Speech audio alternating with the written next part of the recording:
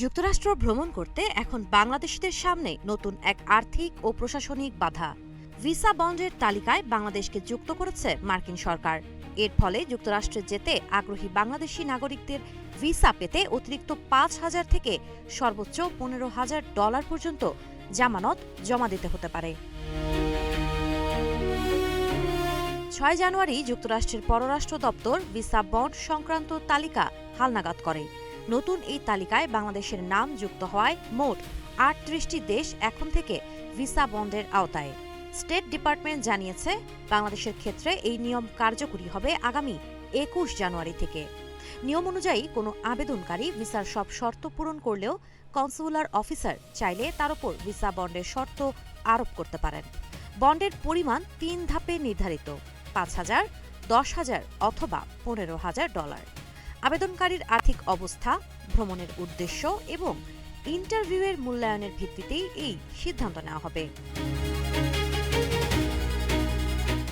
এই জামানতের অর্থ যুক্তরাষ্ট্রের অর্থ মন্ত্রণালয়ের অনলাইন প্ল্যাটফর্ম pay.gov এর মাধ্যমে জমা দিতে হবে। তবে কনসুলার অফিসারের নির্দেশনা ছাড়া কোনোভাবেই আগেভাগে অর্থ জমা দিতে নিষেধ করেছে স্টেট ডিপার্টমেন্ট। যুক্তরাষ্ট্র বলছে এটি একটি পাইলট প্রোগ্রাম।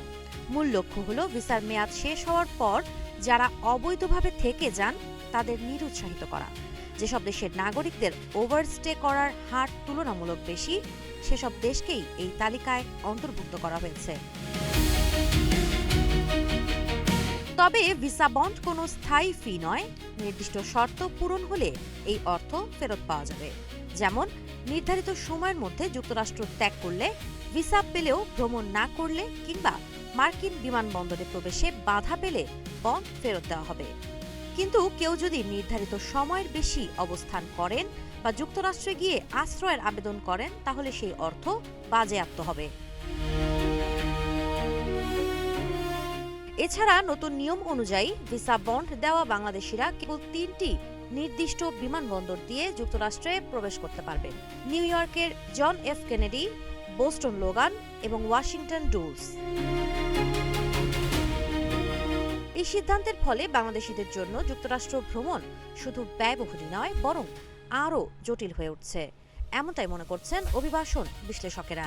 ক্রান্তিকালে দিন শেষে এই সিদ্ধান্ত বাংলাদেশিদের জন্য বেশ জটিল হবে বলেই ধারণা করছেন বিশ্লেষকেরা।